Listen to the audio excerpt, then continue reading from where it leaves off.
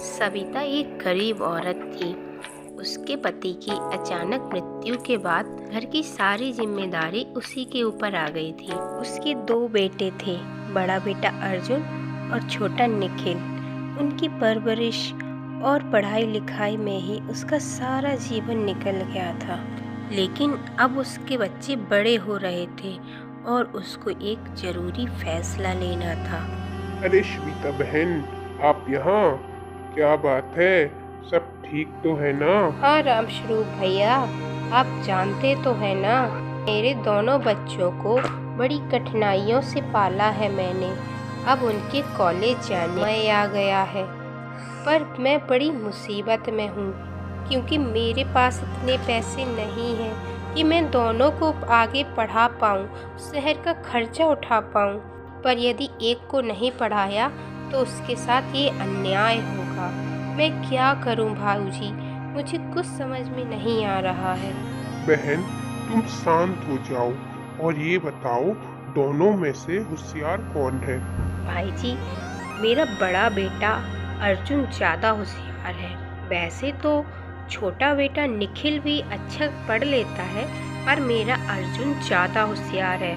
तो फिर बस बहन, फैसला यही हो जाता है क्योंकि अर्जुन दोनों भाइयों में बड़ा है और ज्यादा होशियार भी है, इसलिए आप उसी को शहर भेजो और निखिल को अपने पास रखो। मेरी पहचान में एक हलवाई के यहाँ नौकरी खाली है, मैं उसे वहाँ लगवा दूंगा।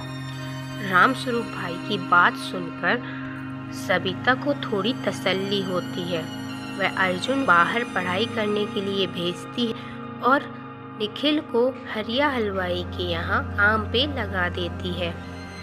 निखिल को आगे ना पढ़ पाने का अफसोस तो बहुत था, पर वो अपने घर के हालातों को भली भांति जानता था, इसलिए उसने कभी भी आगे पढ़ने की जिद नहीं की।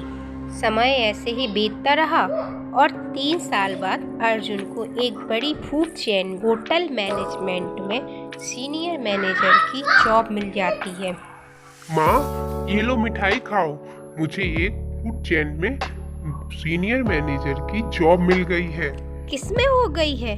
Food chain? ये क्या होता है बेटा? पहले तो मैंने कभी नहीं सुना। फूड चेन माँ, जब कोई व्यक्ति अपने बड़े बड़े होटल अलग अलग शहरों में खोल लेता है तो उसको फूड चेन कहते हैं माँ, है ना भैया? बिल्कुल सही कहा छोटे तूने, बहुत अच्छी जॉब है माँ। 5 स्टार रेस्टोरेंट में जॉब मिली है और बहुत अच्छी सैलरी भी मिलेगी। हम लोग धीरे धीरे शहर में ही सेटल हो जाएंगे माँ। थोड़े ही महीनों में अर्जुन का प्रमोशन जूनियर से सीनियर लेवल पर हो जाता है और वो अपनी माँ और छोटे भाई को शहर में ही ले आता है। माँ, कल मेरे बॉस डिनर के लिए घर पर आ रहे हैं। जब मैंने उनको बताया कि मैं अपनी पूरी फैमिली को यहीं पर ले आया हूँ तो वो बहुत खुश हुए। अरे वाह, तो बुला लो उनको, आखिर हम भी तो मिले तेरे बॉस को। मगर माँ, एक प्रॉब्लम है, तुम तो बीमार रहती हो, तो फिर खाना कौन बनाएगा? तुम बिल्कुल भी फिक्र मत करो भैया, जब तुम पढ़ाई कर रहे थे ना, मैंने हरिया हलवाई के नीचे काम करके बहुत कुछ सीख लिया है। तुम देखना, ऐसे खाना बनाऊंगा मैं कि आपके बॉस खाना के साथ साथ उंगलियां भी चट कर जाएंगे। लेकिन एक बात का ध्यान रखना निखिल, बॉस 5 स्टार होटल के मालिक है, तो खाना भी उसी तरह का होना चाहिए। आप इन सब बातों की टेंशन न लो भैया, आप तो बस अपने काम पर ध्यान दो। आप बस ये देखना कि खाना खाते ही आपकी डबल प्रमोशन पक्की। निखिल की बात सुनकर सभी खिलखिलाकर हंसने लगते हैं। अगले दिन निखिल खूब मन लगाकर बहुत सारे पकवान बनाता है। भैया, लगता है आपके बॉस आ गए हैं, मैं जाकर दरवाजा खोलता हूँ। नहीं नहीं निखिल, तुम रहने दो, मैं दरवाजा खोलता हूँ। बॉस क्या सोचेंगे कि कैसे कपड़े पहने इसके भाई ने। और हाँ, तुम अंदर ही रहना, ज्यादा बाहर निकलने की जरूरत नहीं है। निखिल अर्जुन की ऐसी बात सुनकर दुखी हो जाता है और बिना कुछ कहे अंदर जाकर डाइनिंग टेबल सजाने लगता है।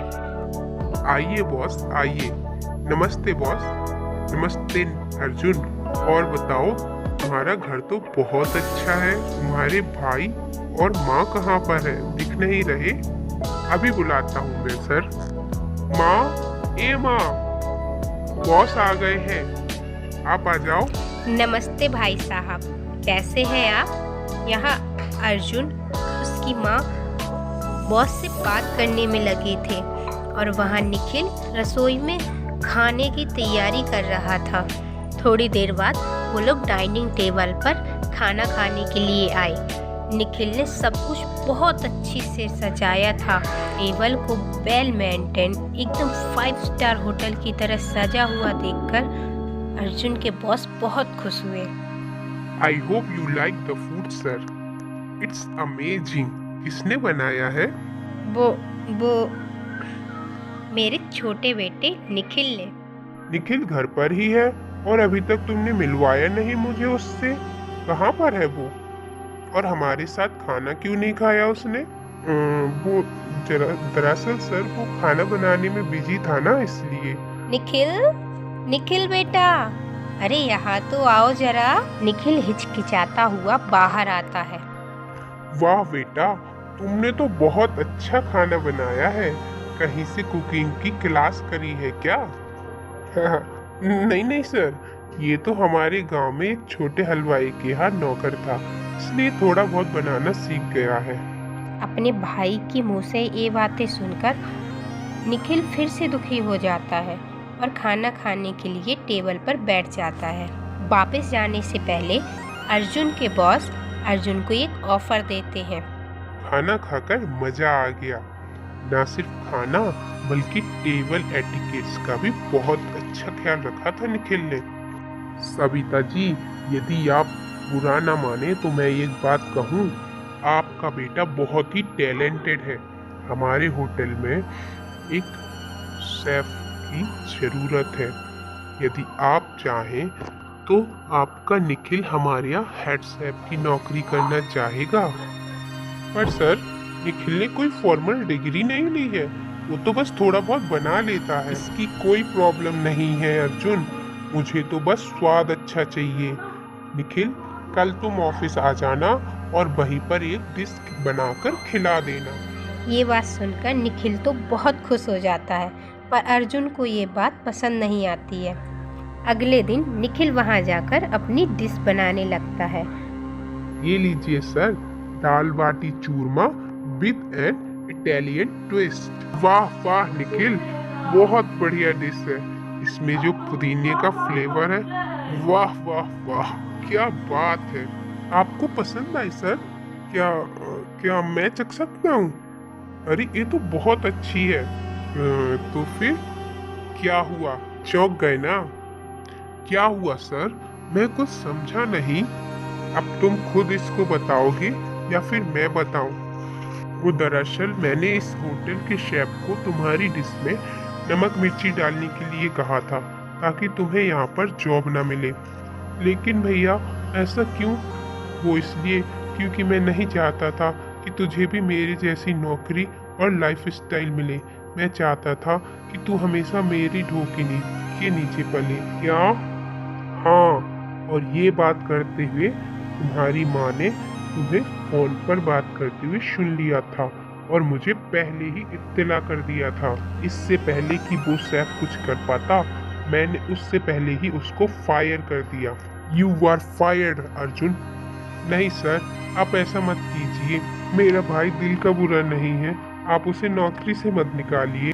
देखा अर्जुन, तूने क्या कुछ किया, मगर फिर भी तुम्हारा भाई तुमसे कितना प्यार करता है।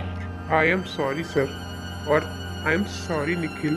अर्जुन को अपनी गलती का एहसास हो जाता है और फिर वो सब खुशी खुशी रहने लगते हैं। यदि आपको हमारे वीडियो पसंद आते हैं तो कृपया हमें लाइक, सब्सक्राइब और शेयर करें। Thank you.